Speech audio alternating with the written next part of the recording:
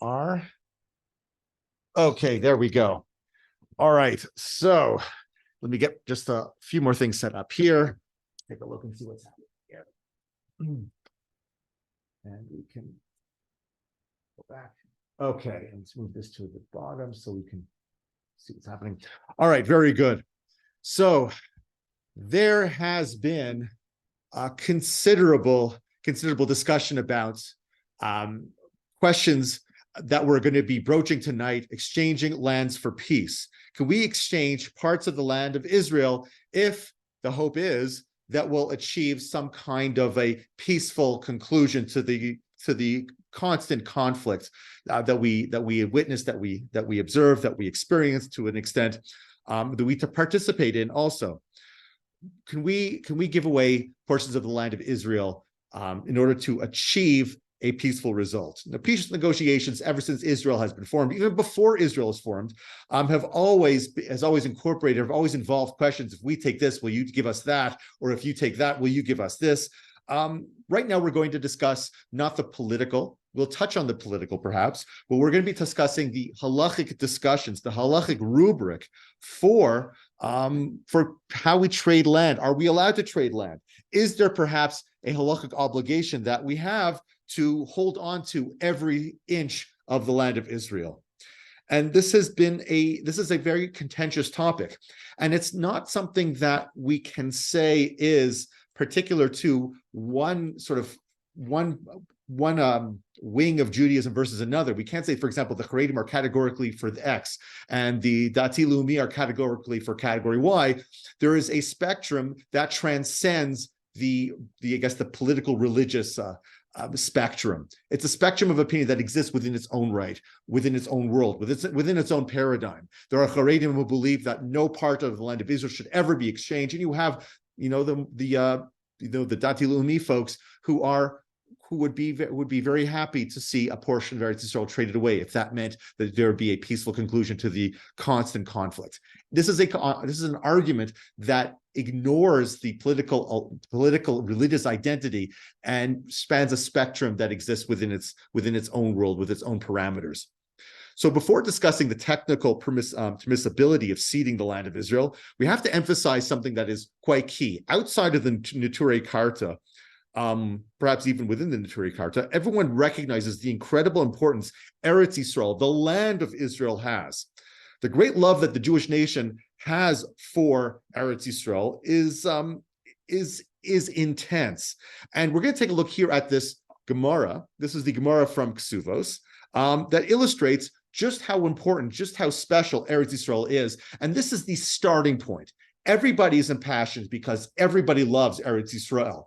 What that means, or what the connotations of that love are, gets sort of refracted and molded dependent on the individual, but this is the starting point. Let's take a look at what the words say. Let's take a look at what Chazal tell us about Eretz Yisrael. Rabbi Abba Menashek Kefek de Akko. When Rabbi Abba would reach Akko, which is, I think, by the northern end of Israel, as he would be entering the country, he would kiss the rocks of the city. Rabbi Hanania, we're told, Misakein Maskolaya. He would repair the road. He was so worried. We have so many people coming from Bavel, coming to visit the land of Israel, perhaps even offer korbanos. I don't remember exactly when he lived. Perhaps he lived during the time of the Beis Hamikdash. But if everybody's coming to Israel, I do not want anyone to cast any aspersions on the land of Israel. I don't want anyone to say, oh, I don't want to go there because the roads are so bad. So therefore, he would repair the roads himself as a lone citizen. We see Rabbi Ami and Rabbi Asi kaimi mishimsha latula mitula l'shimsha. When they would teach their classes or when they would study with one another, if it was during the warm season, they would sit in the shade, and when it would be the cool season, they would go to where the sun would shine on them. And they conducted their classes in these locations also to prevent anyone from saying, "Oh, the weather was awful." They want no aspersions cast on Eretz Yisrael. What else do we say? Rabbi Chia bar Gamda Migandar Ba'afra. He would roll around and sort of, I guess, in some ecstatic trance of sorts. He would rub himself. He would roll around in the earth, and he did so. Shenemar, because it says in the pasuk, it says in Tehillim, Ki rotzu avodecha es avoneha ve'es afara yichonenu. Your servants take pleasure in her stones, and love her dust. We love the dirts, we love the rock of Israel. These are items that ostensibly have no value, yet still, because they're from Eretz Yisrael, because they're from the Holy Land, we love them. Eretz Yisrael is of premier and absolute importance to the Jewish people. So while it's true that people really love Eretz Yisrael, it's really important to know how this affects how we conceive of Eretz Yisrael and how this will influence our understanding of the permissibility of exchanging parts of the land of Israel. So let's talk here. We're going to immediately discuss the halacha considerations against cessation, or not necessarily the halacha, rather the hashkafa. Judaism has two imperatives. There is the legal imperative, obligations that we have. Everyone agrees, for example, that one must put on tefillin, one must daven, one must do any number of things, one must, keep kosher. We have a whole list of things that we believe that Jews are obligated to do. But there's also a concept of hashkafa. What do Jews think? What do Jews feel about any particular topic? What do Jews feel? That's what we refer to as hashkafa. These are the sort of theology of the Jewish people. So we're going to be discussing the reasons against granting or giving away Eretz Yisrael, lands of the parts of the land of Israel, from a hashkafic perspective. And the person we're going to start off with is Rabbi Jacob-Moshe Charlop. And here you have a picture of him all on the right-hand side of your screen. This is the Wikipedia article, and it tells us all about who Rabbi Jacob-Moshe Charlop was. Well, who was he? Well, he was slightly younger than Rav Kook. He was, in fact, probably his primary disciple, other than Rav Kook's son, Rav Tzvi Yehuda Kook, the primary standard bearer of Rav Kook's I guess, a halachic idea, or the way he approached on his understanding of the importance of the land of Israel, was largely sort of promulgated, and it developed in such a way. Okay, now I can't see. Okay. No, that wouldn't help me. Problem is that we have a white screen in front of me, and I'm letting people in simultaneously. All right, so Rabbi Charlop, now he also took over the head of the yeshiva of Merkaz Harav after Rabbi Avraham Yitzchak Kook actually passed away. He was a rabbi in Shari Chesed, and he was very much a firebrand who really carried the flag of Rav Kook after Rav Kook expired, after Rav Kook passed away. So he believed that Eretz Yisrael is so vital to the Jewish people that it may never be yielded. And he wrote a fiery reaction to the division of Palestine suggested by the Peel Commission in 1937. So this is even before the state of Israel was established. He had the following to say. He was opposed to anyone accepting anything short than the entirety of Eretz Yisrael. And this is the first hashkafic consideration. The first hashkafic consideration is disloyalty. The reason why we do not want to trade portions of the land of Israel, perhaps, is because this would be disloyal to Torah, disloyal to the Jewish people, and perhaps it would also be a form of being disloyal to God himself. And this is what he writes.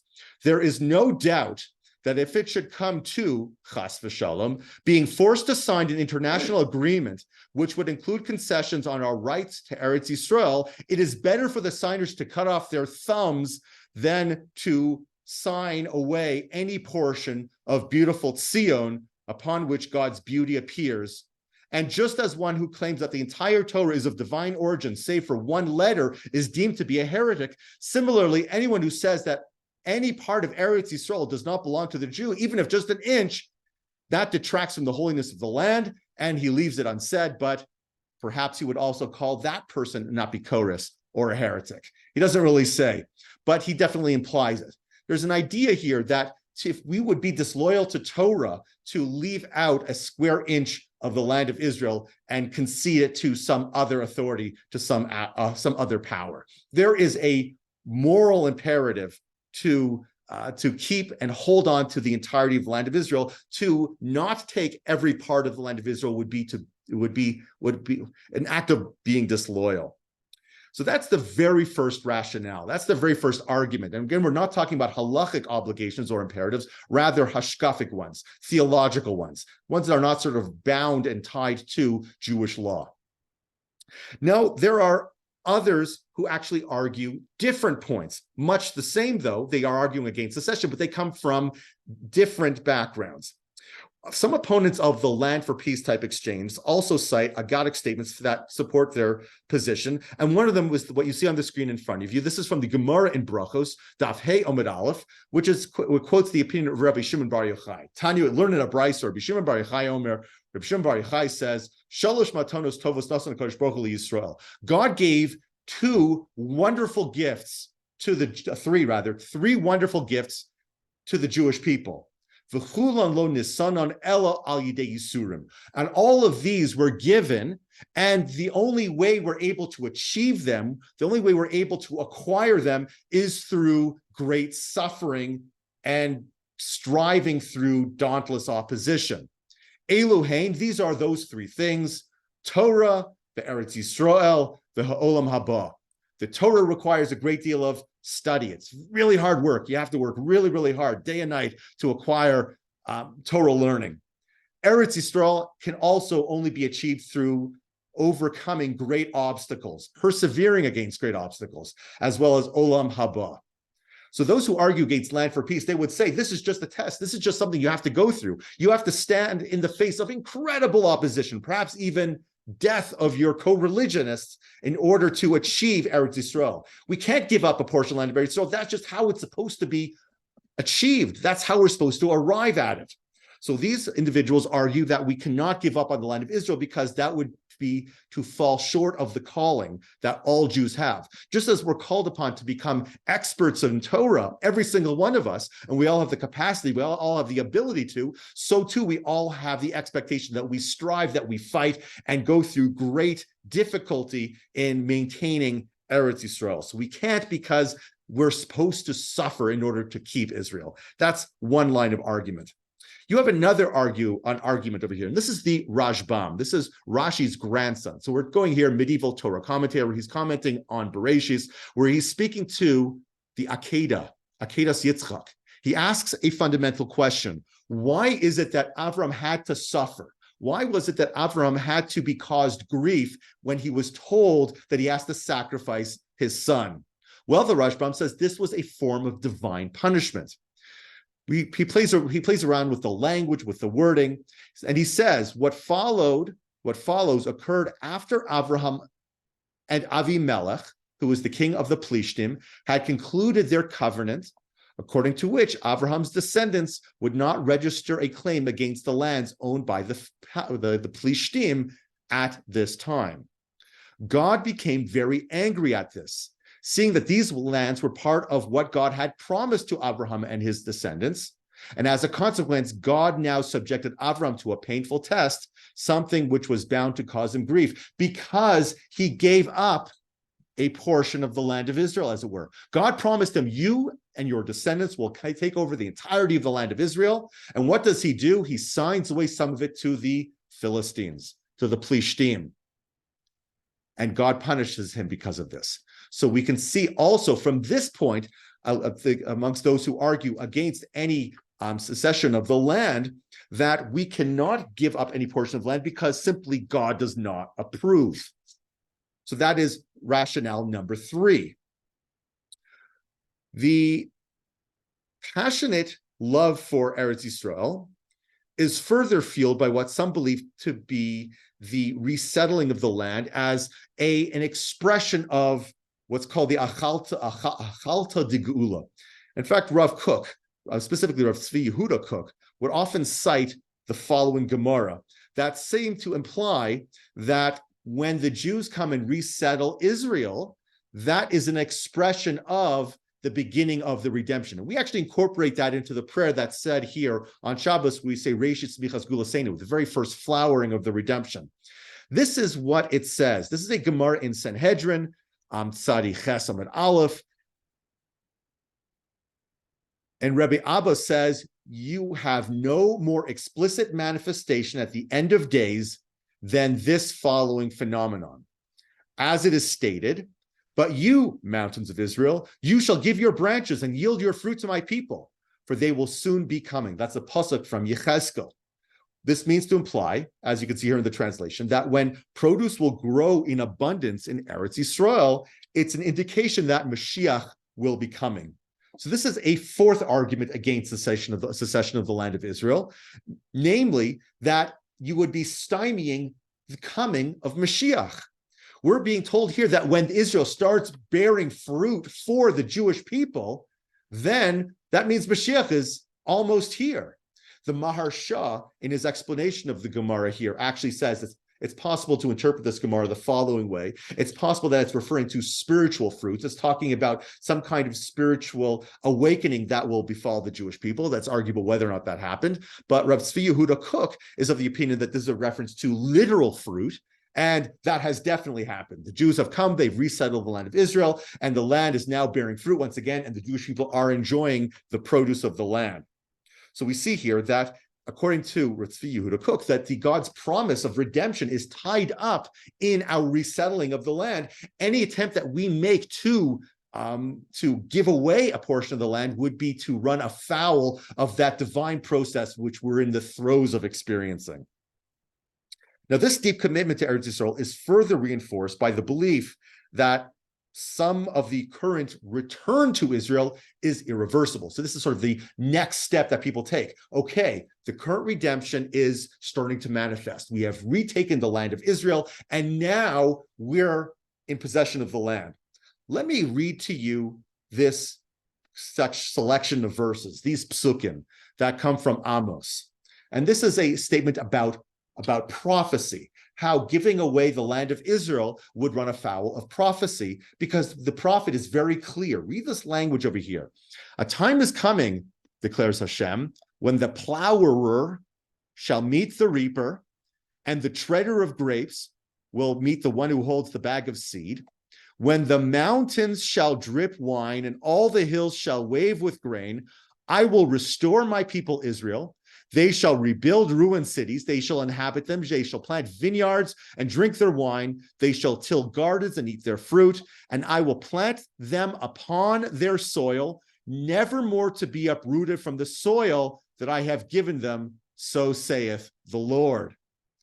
So we have a statement here that the redemption as it begins will never, ever be undone.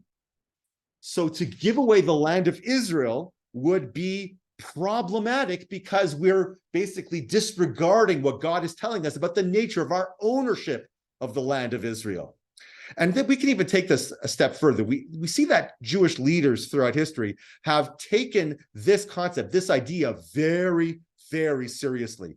You should see on the screen in front of you, this is the Wikipedia article about Rabbi Yitzchak Halevi Herzog.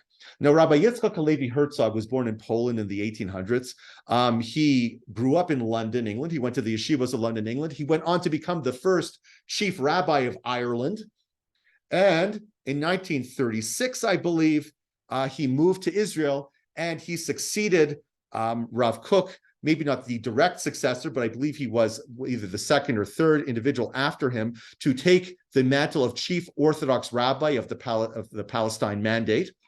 And not only that, but after the state of Israel was established, he was declared to be the first Ashkenazi chief rabbi of the land of Israel. In fact, his son and grandson became presidents of Israel. Right? Who do we have? Chaim Herzog was his son, and Yitzchak Herzog was his grandson. So this is a very prominent family within Eretz Yisrael. There's a story about him in 1943. So the Germans are sort of traipsing along North Africa. They're 93 miles away from Israel, and he's on a boat coming back to Eretz Yisrael after being away for one reason or another. And he was told, the trip is too dangerous. You should turn back. Don't continue on your way. To which he basically said, the Beis Hamikdash was destroyed twice. It will never be destroyed again. I meant to say that he was absolutely confident that Eretz Yisrael will not fall to anyone's hands other than the hands of the Jewish people. And he said these words. He was so committed to this reality. The Germans, as I said, were only 93 miles away. It was expected they would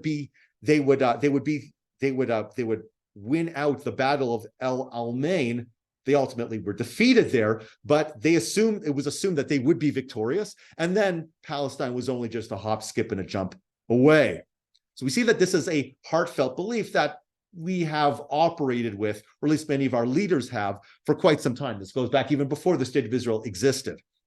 The Ramban, Nachmanides, let's see if I have that here. No, I don't. Okay, the Nachmanides, the Ramban, who's a 13th century Spanish authority, in his commentary to Sefer Vayikra, states that the destruction that's described in the Tochacha, first in Vayikra, refers to the destruction of the first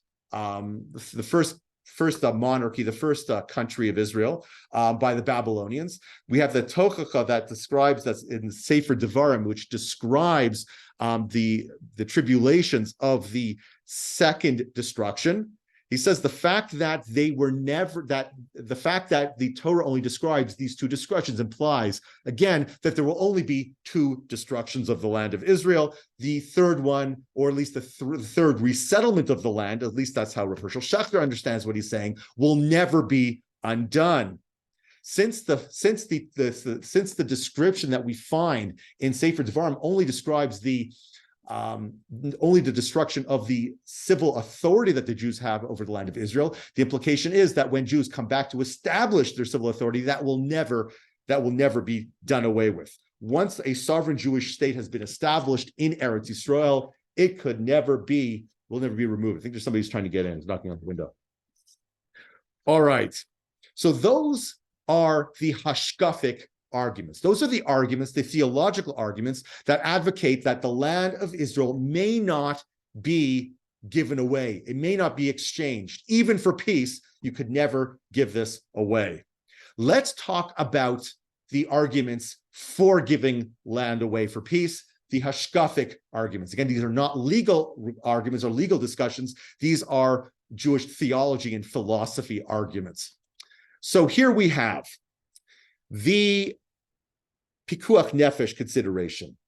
So Rav Yehuda Amital was one of the founding scions of the Hesder Yeshiva movement. He established Yeshivas Har Etzion. He's a very, very prominent rabbinic scholar, rabbinic leader. He's passed away now. I believe he was also in the government. We spoke about him last week. We even showed a picture of him. He argues that there are several national priorities that Jews have always held on to, and they come in the following order. The value of the preservation of Jews' physical bodies, meaning keeping them alive, the values of keeping the Torah, and the values of ownership of the land. He says those are all three core integral values. We value Jewish ownership of the land. We value keeping the Torah. We also value people's lives. But the order isn't exactly the order in which I recited the first time around. We first prioritize people's safety, pikuach nefesh. We remove any Torah prohibition, with some exceptions, into preserving people's physical well-being. We also strive to keep Torah and mitzvos, and if that means that we have to give up the land of Israel in order to keep Torah and mitzvos, that's what we're going to have to do. And finally, there is the value of maintaining ownership over the land of Israel. We should strive to keep as much of Israel as we can, but we cannot prioritize Eretz Yisrael, the land of Israel, over the value of people's health and the preservation of their lives. And Rav Ovadia Yosef also echoes this, and he tells the following story. So if you see here, we have it should be on the screen in front of you at home. People said to Reb Chaim Soloveitchik, he was the Rosh Yeshiva in Volozhin before it closed down. He moved to Brisk. His son was the famous Briskerov, but Reb Chaim Soloveitchik was no slouch himself. He wasn't known as the Briskerov. He was known as Reb Chaim Brisker. Anyway, so during a conversation, he said, this is about the First World War. He said that if this First World War would bring about the redemption, perhaps it was worthwhile. That was what somebody said to Reb Chaim Brisker. But Reb Chaim Brisker rebuked them and said, it's better that many redemptions should be delayed from the Jewish people. That is better than one Jewish life being lost. And this is Rav Ovadia Yosef extrapolating. And so if the question were to come before us, that by sacrificing one Jew, Mashiach would come, of course we would then rule that it is better for Mashiach not to come so that that single Jew not die. Does not pikuach nefesh override every mitzvah in the Torah, including Mashiach and the Geula and the redemption? So we've already noted that at a hashkafic level, all of those who permit returning or giving land away in order to preserve peace, they don't belittle the value of Eretz Yisrael. Rather, they're prioritizing the Jews over the land. Yet still, even amongst this camp, these rabbis who believe that, yes, we should give up portions of the land in order to save Jewish lives, there's still the concept, and this is actually something that Rav Aaron Lichtenstein speaks to. Rav Aaron Lichtenstein was the son-in-law of Rabbi Yosef Dov Soloveitchik. He was the primary Rosh Yeshiva of Yeshivas Har Etzion in Eretz Yisrael at Hester Yeshiva. He was the standard bearer for modern Orthodox Judaism after Rabbi Yosef Dov Soloveitchik passed away. His son-in-law really became the primary philosopher and halachic decider for the modern Orthodox movement.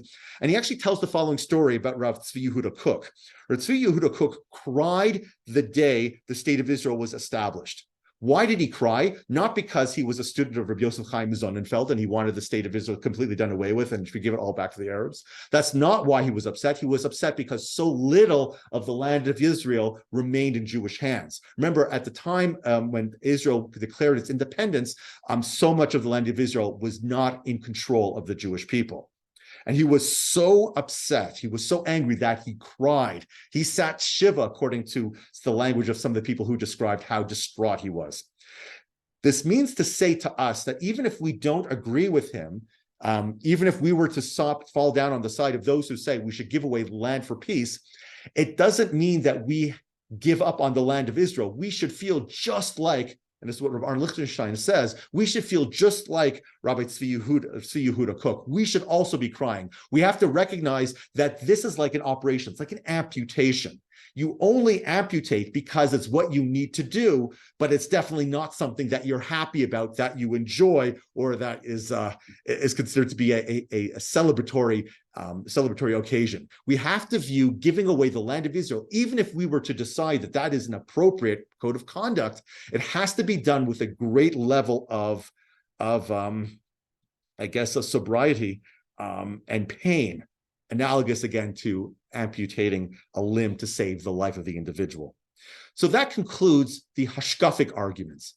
These are the arguments that are rooted in Jewish theology, Jewish philosophy, but are not necessarily legally binding.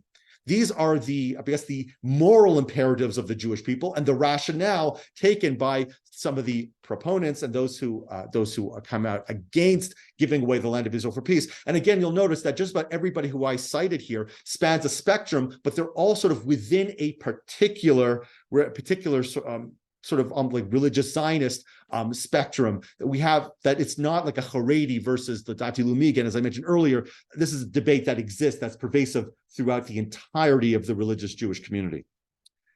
So now let's get involved in the halachic considerations. These are the sources that we must interpret. And we're going to give both the interpretations that are pro and against giving away the land of Israel. But these are the more legalistic arguments that are said that there might be a force of halacha that is taken into consideration here. And you'll see that on the right hand of your screen, you have the commandment to conquer the land of Israel applies even if there's personal risk, which we're going to work through this as a step-by-step process to arrive at the conclusion. And we have the other discussion here of lo sechanim, which is a prohibition against ingratiating yourself, but we'll see that the Gemara expands this to other contexts as well. So we'll talk about it as we go. All right, so this is the very first discussion here. This is the opinion of the Ramban, Nachmanides. So in the Torah, in the Chumash, we have a commandment, and you see it here at the very top of the Hebrew line, V'harashtem es ha'aretz v'yishavtem ba, ki lachem nosati es ha'aretz lo reshes osa. The Torah says, I will give over to you as an inheritance, or you'll dispossess the inhabitants of the land, and you will dwell in the land of Israel, because I am giving it to you to inherit it or to possess it. So this is what the Ramban writes. al dati, it would appear to me, zu mitzvahs asehi, this is a proactive, positive commandment in the Torah, yitzava osam sheyeshvu ba'aretz v'yirshu osa, ki hi nisana lohem v'lo yim'asu benachalas Hashem. There is a positive commandment. Hashem is telling us that we have the obligation to inherit the land and dispossess the non-Jews of the land of Israel. And this is given to them so that they should not reject the inheritance or abhor the inheritance of Hashem. From these comments, we see that the Ramban considers the mitzvah to conquer the land of Israel as a proactive mitzvah. It's a proactive commandment.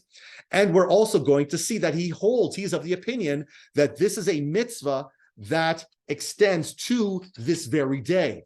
Even after the Second Temple has been destroyed, no matter where you are, no matter what you do, there is an obligation to conquer and hold and possess the land of Israel. So you see it over here. So the Rambam, Maimonides, wrote a book, the Sefer HaMitzvos, that enumerates all 613 commandments. And the Ramban wrote a stricture. He wrote a refutation of some of his points. And he argues here that there is a positive commandment to conquer the land of Israel, and that obligation applies even now. So he writes, conquering and living in Eretz Yisrael is a positive commandment that applies in all generations and obligates, each individual, even during the time of exile, as is evident from many places in the Talmud. And he quotes a story from the Sifri, which is a halachic midrash, that also seems to indicate that there is an obligation even for us Jews now to go to Israel and acquire it on behalf of the Jewish people. So we see that there is an obligation to conquer, to hold on, to possess Eretz Yisrael, even now to this very day. That's what the Ramban Nachmanides says. Now, the next step here is the Sefer HaChinuch, which we're not going to take a look at immediately. But the Sefer HaChinuch writes, he says, and this is a different mitzvah, there's an obligation that if you ever encounter one of the 7 peoples, the 7 nations of Canaan, there's an obligation, if your life is not in jeopardy, if your safety is not at risk, you have to go to war against that individual. You and him have to take it outside and do something perhaps disreputable. So you are now have this obligation. Now, we're going to take a look at the Sefer HaChinuch. The Sefer HaChinuch was written by Rabbi Yosef Babad. He was born in the very early 1800s, 19th century. He lived in the Ukraine. He was a phenomenal Talmud Chacham, and he wrote basically the canonical commentary to the Sefer HaChinuch called the Minchas Chinuch. It is a book of, well, as we say in Yeshiva Sprach, lamdus, incredible scholarly aptitude and ability, and it's a lot of fun. Rabbi Kutnowski happens to be in the process of studying it on his own. It's a great sefer if you really wanted to acquire some real Talmudic learning and understanding of the Talmudic process. But anyways, he says he doesn't understand. What does that mean that if your life is not at risk, you have to go to battle, you have to go and fight that Canaanite? So God told us we have to wage a battle, we have to wage a war. And also in the application of the commandment to go to perform any mitzvah for that matter, we're given the imperative, don't rely on miracles, assume that the natural course of events will happen, assume that nature will hold sway, there will be no nays. So he says, every time we're given a mitzvah, a commandment to wage a battle, to wage war, it's inherent that there is a risk to personal safety. There's a risk to life, yet that's a part of the mitzvah. And so what we've done here is we're now going to tie everything together, but just to review the steps, the Ramban says there is an obligation to acquire Eretz Yisrael for the Jewish people now, even to this very day. And the Sefer HaChinuch says, or the Minchas Chinuch says, that obligation that we have stands even in place when there is a risk to personal safety. When the Torah says, go and fight, that means you have to assume that there is a risk to your body and to the lives of your friends, family members, and neighbors. So, if we were to put this all together, at least the authorities who come down on this with this point of view, they come to the conclusion that we cannot surrender portions of Eretz Yisrael, even if we're certain that it will save lives, for this would violate our obligation to conquer the land of Israel. And there are several notable Israeli dayanim who do decide that this is the halachic imperative, and as such, there can be no exchange of land for peace. Now, what would the counterpoint to this be? Well, who did we start off this discussion with? The Ramban, Nachmanides. And remember, he was disagreeing with somebody? He was disagreeing with the Rambam, Maimonides. Because what does Maimonides say? You have it here in the text in front of you. He says, the memory of the 7 nations have already been obliterated. There's no more obligation to go to war against the Canaanite peoples. So the Rambam holds that there's no mitzvah nowadays while in exile to conquer, possess, hold, or anything else, any other verb, the land of Israel. According to the Ramban, the legal force is that we still have the obligation to acquire, hold, and perhaps even conquer, to fight on behalf of Israel, or to keep the land of Israel. The Rambam says there's no halachic imperative. There's no mitzvah imperative. The mitzvah does not apply nowadays. And this is the argument that Rav Yehuda Amital cites. He says, we cannot obligate people to give up their lives, or perhaps even put others' lives at risk, our own lives at risk, when it's not even clear that there's a biblical imperative to do so. According to the Ramban, yes, there is a biblical imperative, but we cannot tell people that they have to risk their lives because there's a Ramban, especially when the Rambam, Maimonides, disagrees with him. In a dispute such as this, we cannot tell people that they are obligated to lay down their lives. So that's Rabbi Yehuda Amital disagrees with this point unseen. And he takes this even a step further.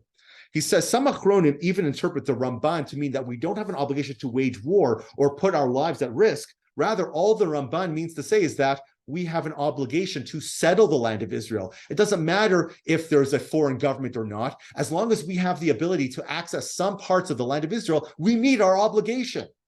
So as such, the Ramban is possibly not even saying that there's a legal thrust, there's a legal obligation to wage a war or to fight battle. It could be all the Ramban is saying is that we have to live in Israel, which is a different discussion.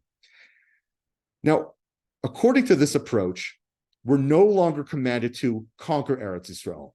And thus, if surrendering land will lead to peace, it would still be permissible to do so. The mitzvah of settling the land of Israel can be fulfilled in those areas where that remain under Israeli control. And we can also look at some of the great rabbinic leaders in North America who have also cited this halacha. That of Aaron Lichtenstein, again, who was that son-in-law of Rabbi Yosef Dov Soloveitchik. He actually enumerates them. He mentions them by name and says, these are all the great rabbinic leaders who say that this is so. There's no obligation for us to give up our lives to preserve the land of Israel. We can exchange land for peace. He cites Rav Moshe Feinstein, Rabbi Yitzchak Hutner, and his father-in-law, Rabbi Yosef Dov Soloveitchik.